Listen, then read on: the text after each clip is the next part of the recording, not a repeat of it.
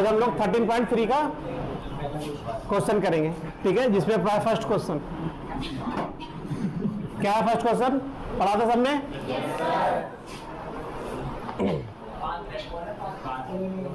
क्या पढ़ा था?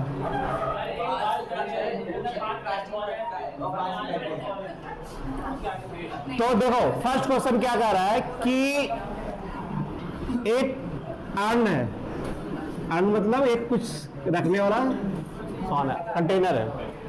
इस अर्न के अंदर 5 red ball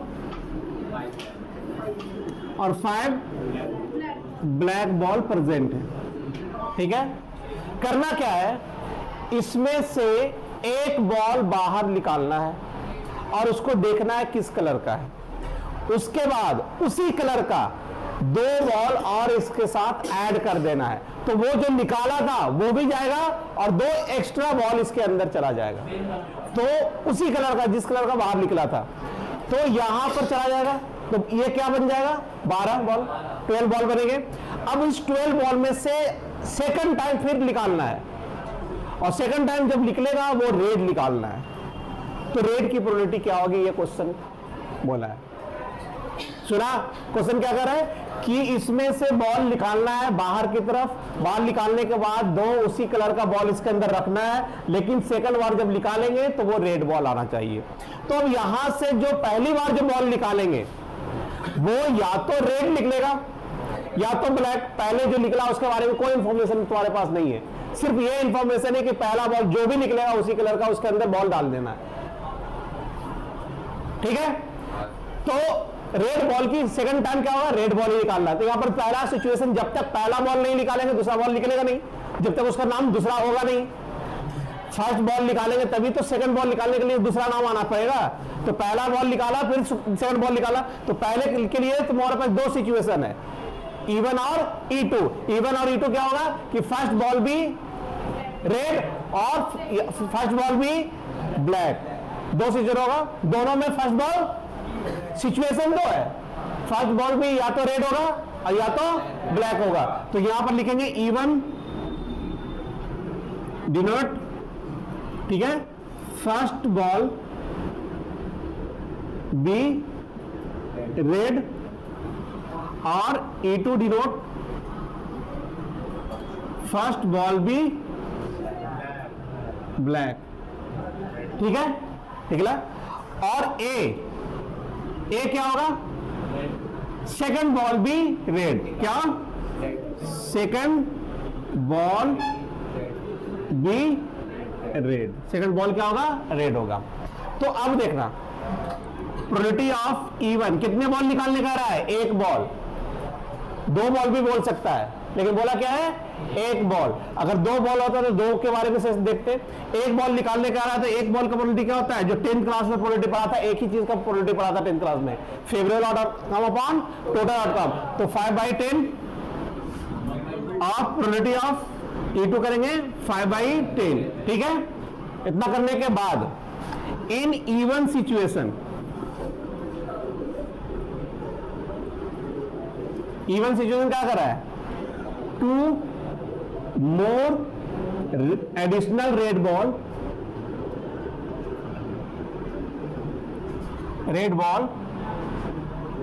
added into urn, 2 additional ball urn में ऐड कर देंगे।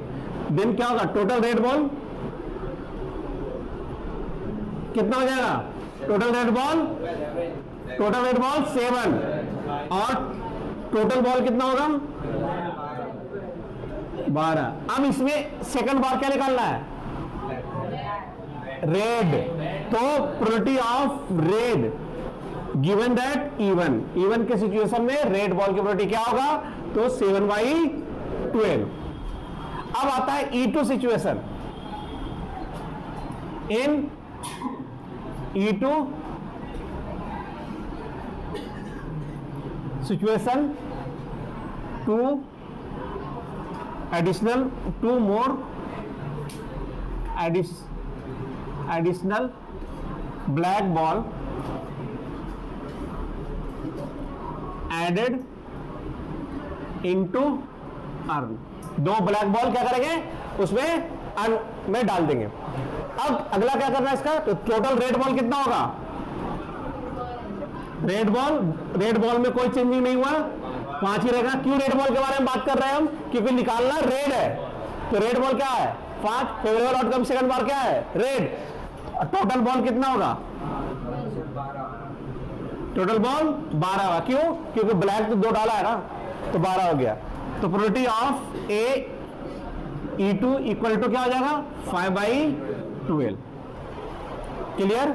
तुम्हारे को फाइनल जो रिजल्ट निकालना है वो total probability of red ball निकालना है। क्या निकालना है, प्रोबेबिलिटी ऑफ रेड बॉल का, इस सिचुएशन के अंदर प्रोबेबिलिटी ऑफ रेड बॉल निकालना है। तो क्या लिखेंगे, probability of E1 into probability of A given that E1 plus probability of E2 given that probability of A E2। ये कितना है 5/10, ये कितना है 7/12, ये कितना है 5/10, ये कितना है 5/12। नीचे होगा 120, 120, 35, 25 और ये 120, एलसीएम 120 और वो कितना हो जाएगा 60, रिजल्ट आएगा 1/2। ये तुम्हारा आंसर। ठीक है। तो अक्सर तुम देखना कि जब भी हम सॉल्व करते हैं कहीं पर भी कटिंग वटिंग नहीं करते हैं, इसलिए नहीं करना कि आगे जाकर ऑटोमेटिक एलसीएम निकालने में आसानी हो जाती है। ठीक है, इसलिए कोई बीच में कैलकुलेशन नहीं का, क्यों गलत भी होगा तो लास्ट में होगा, शुरू में नहीं होगा, सारा कुछ सही चलता रहेगा। ठीक है, तो इस तरह से ये क्वेश्चन को पहला सोल्व करते हैं। सब नंबर 2 में क्या कह रहा है कि यहां पर 2 बैग है। क्या है, 2 बैग है। एक बैग को मैंने मान लिया फर्स्ट और दूसरे को सेकंड। ये 2 बैग है। एक बैग में, फर्स्ट बैग में जो रेड बॉल है वो 4 है और ब्लैक बॉल वो भी 4 है। दूसरे में, सेकंड बैग में रेड बॉल 2 है और ब्लैक बॉल 6 है। तुमको क्या करना है कि जाके ब्लैक बॉल, रेड बॉल को सिलेक्ट करके निकालना है। क्या निकालना है, तो सबसे पहले रेड बॉल निकालने के लिए, पिछले क्लास में मैंने इस पर डिस्कस किया था कि रेड बॉल निकालने के लिए सबसे पहले क्या करना पड़ेगा, बैग को सिलेक्ट करना पड़ेगा। किसको, तो जब तक बैग का सिलेक्शन नहीं करेगा बॉल का सिलेक्शन नहीं हो सकता। तो यहां पर क्या लिखेंगे, E1 denote selection of first bag. ठीक है, और E2 selection of second bag और A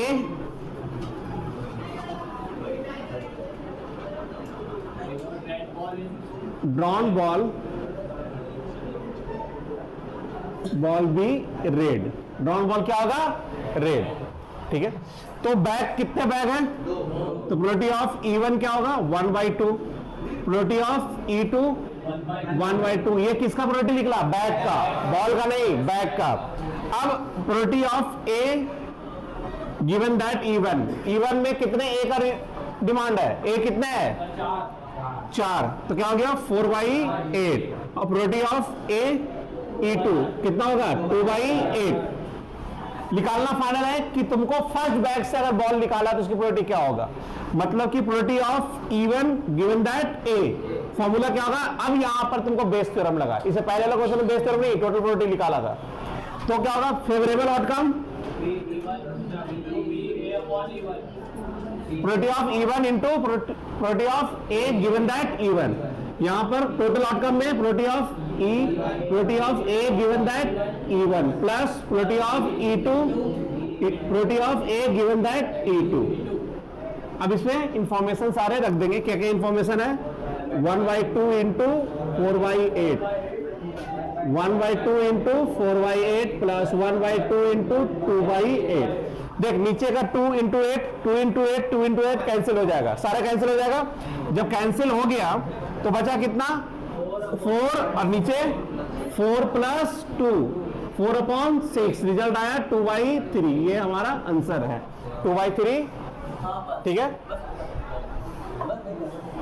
देखो इस क्वेश्चन में कह रहा है कि कॉलेज के जो स्टूडेंट है वो दो तरह से रिसाइड रहते हैं, एक तो डे स्कॉलर होते हैं और एक हॉस्टल में रहने वाले हैं। तो जो हॉस्टल में रहते हैं वो 40% स्टूडेंट रहते हैं और जो हॉस्टल में रहते हैं वो 60% रहते हैं और जो डे स्कॉलर है वो 40% रहते हैं। तो जो हॉस्टल में रहते हैं उसके ग्रेड आने के परसेंटेज कितना है, जो लास्ट ईयर आया था वो 30% है। ठीक है, और जो डे स्कॉलर है, ठीक है, उसके आते हैं कितने, 20%। ठीक है, तो तुमको बताना है कि हॉस्टल में रहते हैं तो कितने बच्चों को ए ग्रेड आते हैं। फाइनल ये ना कह रहा है। ठीक है, तो क्या कहता है क्वेश्चन ये कह रहा है कि थर्ड क्वेश्चन में कि E one the student reside in hostel, student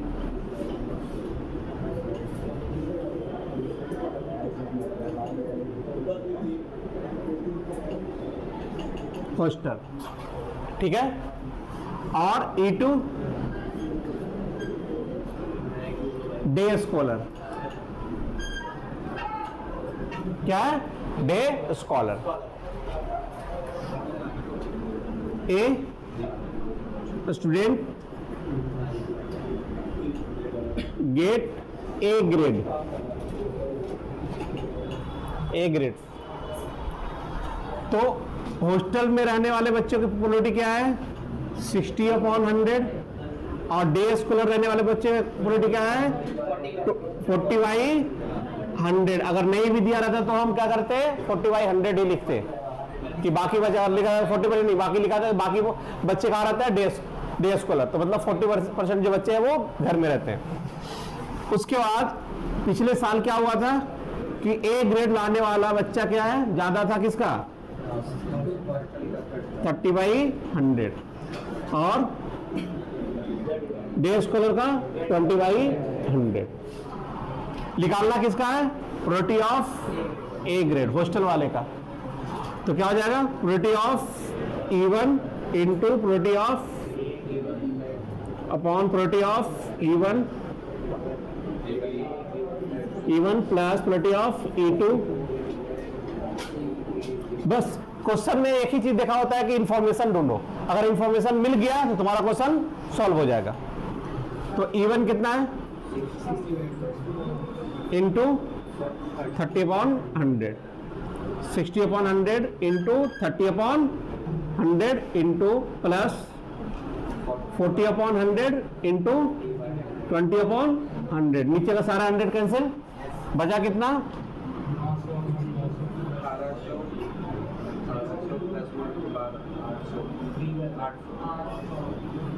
सबका 2-2 जीरो कैंसिल हो सकता है ना, तो बचा कितना है, 18/26। ये सिंप्लीफाई होगा 9/30, ये आंसर। ठीक है,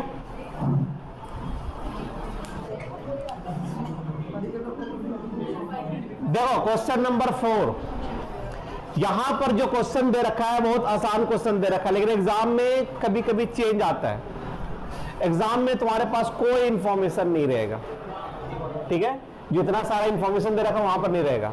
यहां पर तुम्हारे को दे रखा है कि एक स्टूडेंट है, उसको क्वेश्चन पेपर मिला, ठीक है, तो उसमें से वो 3/4 जिसका प्रोबेबिलिटी है वो आंसर जानता है, और बाकी जो बच्चा क्वेश्चन है, जो बाकी बचा हुआ क्वेश्चन है उस पर वो तुक्के लगाता है, ठीक है, गेस करता है जिसको बोलते हैं।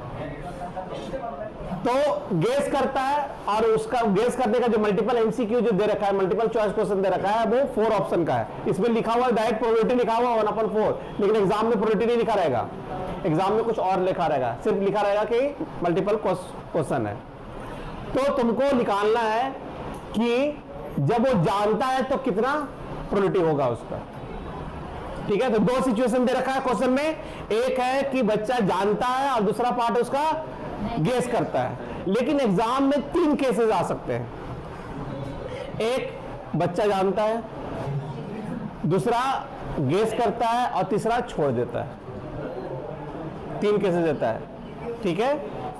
और जो जानता है उस कितना प्रोबेबिलिटी है, जानता है, मान लिया कि 1/2 जानता है, ठीक है। और जो गेस करता है वो 1/3 है, और जो छोड़ देता है उसके बारे में कोई इंफॉर्मेशन नहीं है। तो वो कैसे निकालेंगे? तो 1 में से उन दोनों का सम करके माइनस कर देंगे तो वो निकल जाता है जो छोड़ने वाला क्वेश्चन है। अब जो क्वेश्चन था वो एमसीक्यू क्वेश्चन पेपर था और जिसके 3 ऑप्शन थे, ठीक है, 3 ऑप्शन थे। तो बताओ कि जब जानता था तो सही होने की प्रोबेबिलिटी क्या होगी? क्वेश्चन ये था। तो अब यहां पर क्या मैंने इंफॉर्मेशन दिखा कि जो जानता है उसका 1/2, जो गेस करता है 1/3, और एमसीक्यू के 3 ऑप्शन है। इसके अलावा कोई इंफॉर्मेशन तुम्हारे पास नहीं है। तो कैसे क्वेश्चन सॉल्व होगा? उसी तरह से यहां पर तो इंफॉर्मेशन दे रखा है ज्यादातर, वहां पर बस यही है। तो देखो वहां पर क्या होगा, E1 तुम्हारा हो गया कितना? 1/2, नो द आंसर। E2 हो गया तुम्हारा 1/3, और E3 कितना होगा? 1 में से माइनस कर देंगे, तीनों निकल गया। अब इसके अगला पार्ट तुमको नहीं दे रखा है। Probability of A given that E, उसकी प्रोबेबिलिटी 1 होगी। क्यों? क्योंकि जितना जो जानता वो सारे के सारे सही होने की प्रोबेबिलिटी होगी। तो उसकी प्रोबेबिलिटी क्या होगा? श्योर इवेंट, और श्योर इवेंट का प्रोबेबिलिटी कितना होगा? 1। फिर दूसरा है गेस करता है, तो ऑप्शन कितने थे? 3। अगर 3 ऑप्शन है तो 1/3, 4 ऑप्शन होगा तो 1/4।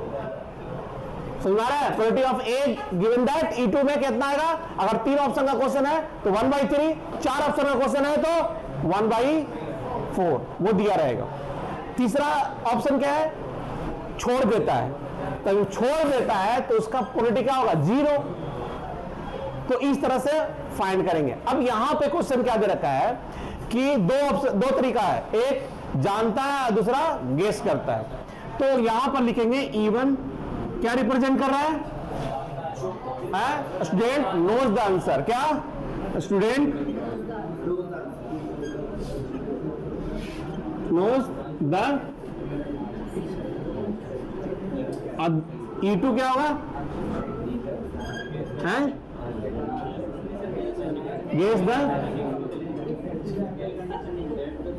गेस द आंसर, ठीक है। और ए करेक्ट द आंसर। ये 3 पॉइंट इसके अंदर है। अब देख probability of E1, probability of E1 कितना होगा? प्रोबेबिलिटी ऑफ E1 क्या होगा? दे रखा है कितना? 3/4। और प्रोबेबिलिटी ऑफ E2 कितना दे रखा है? 1/4। नहीं दिया था तो 1 में से माइनस कर देते 1/4 ही आता। अब जो जानता है उसमें सही होने के चांसेस क्या है? सारे का सारे सही होगा 1। और जो गेस करता है उसमें दे रखा है, अगर नहीं दिया रहता है तो देखते हैं कि कितने ऑप्शन का क्वेश्चन है, ठीक है। तो इसमें दे रखा है कितना? 1/4, मतलब 4 ऑप्शन का क्वेश्चन है। 4 ऑप्शन में से कोई एक निशान लगाने, निकालना है किसका? गेस का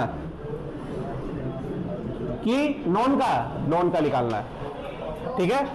तो क्या होगा? Probability of E1, probability of A/E1 upon probability of E1 into probability of A given E1 plus probability of E2, probability of A given that E2। Information put कर देंगे, क्या है?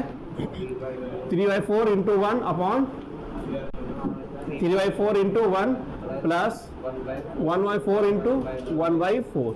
नीचे का 4 एक कैंसिल हो जाएगा, बचा कितना? ठीक है।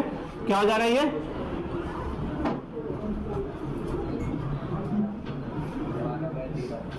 ये आंसर 12/30।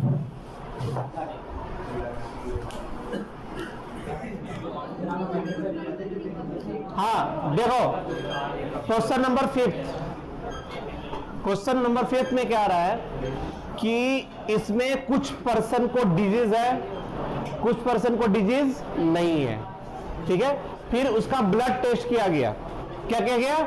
ब्लड टेस्ट किया गया। तो जब ब्लड टेस्ट किया गया तो जिसको डिजीज है उसका 99% पॉजिटिव हो गया, और जिसका डिजीज नहीं है उसको भी 0.5% पॉजिटिव शो किया।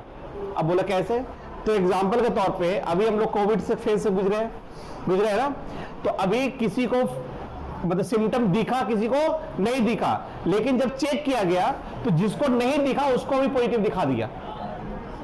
ठीक है, तो इसके अंदर बायोलॉजी का कुछ फैक्टर होता है, ठीक है, कैरियर होता है। ठीक है, तो इस तरह से हम लोग पता करते हैं कि अगर जिसका बुखार नहीं, लेकिन पॉजिटिव टेस्ट किया, पता चला किया कि वो पॉजिटिव हो गया। कोविड टेस्ट किया तो क्या पता चला, पॉजिटिव आ गया, लेकिन उसको कोई सिम्टम नहीं है, कुछ नहीं फील हो रहा, हल्का सा कुछ भी हो रहा है लेकिन सिम्टम नहीं लग रहा है। और जिसको है उसको चेक किया तो उसको 99% पॉजिटिव आया, तो 1% कहां गया, तो 1% शायद वो वायरल फीवर होगा। सिम्टम देखा लेकिन वो क्या था, वायरल फीवर था। तो इसी टाइप से एग्जाम में क्वेश्चन बन के आ सकता है। तो अभी तो क्वेश्चन में क्या है, डिजीज, तो हमने क्या किया, दो केसेस लिया, कुछ पर्सन को डिजीज है, कुछ पर्सन को डिजीज नहीं, तो क्या लिखेंगे, even denotes the person have disease, the person have disease, और E2 not have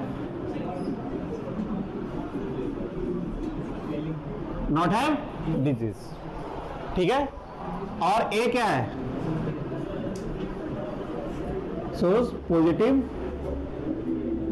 result of blood group, क्या, ऑफ ब्लड टेस्ट। ठीक है, दे रखा है कितने परसेंट को डिजीज है, तो दे रखा है 0.5%। क्या दे रखा है, तो इसको हम लिख सकते हैं 5/1000, एक पॉइंट इसका और परसेंटेज का 100। फिर प्रोबेबिलिटी ऑफ E2, तो कितने आदमी को नहीं है, तो 1 माइनस कितना हो जाएगा, ये नहीं मैंने गलत लिखा यहां पर, 1% को डिजीज नहीं है, क्या है 1 का, तो 1/1000, तो कितना आएगा ये,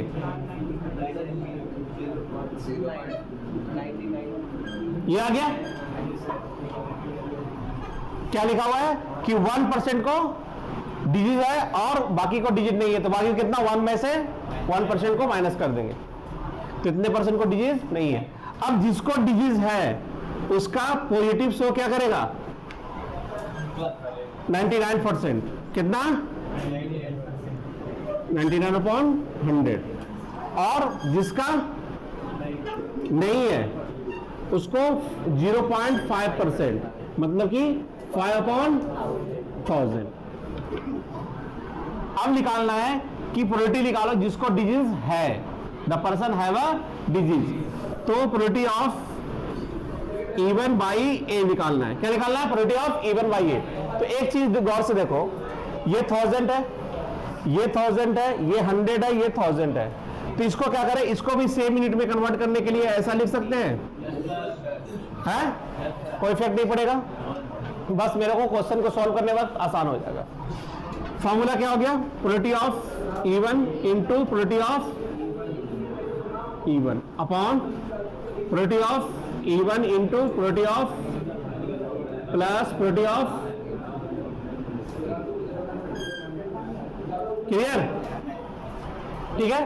अब इसमें वैल्यू रखेंगे, क्या वैल्यू रखेंगे, E1 और ये डाटा क्या दे रखा है, कितना है, 1/1000 इंटू 99/1000, ठीक है, 1/9,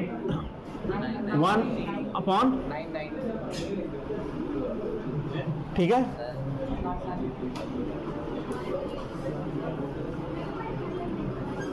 ठीक है, और यहां पे होगा कितना,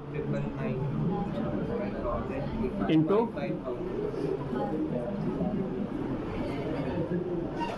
इसको सिंप्लीफाई करेंगे, सिंप्लीफाई करने के बाद क्या लगेगा,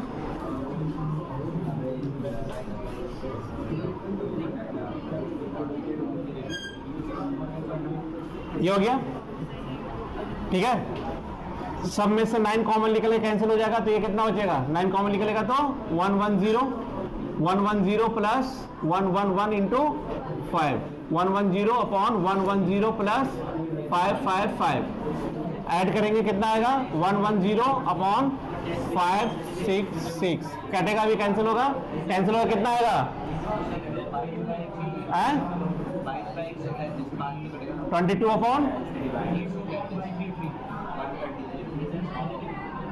22 अपॉन 133, ये आंसर है।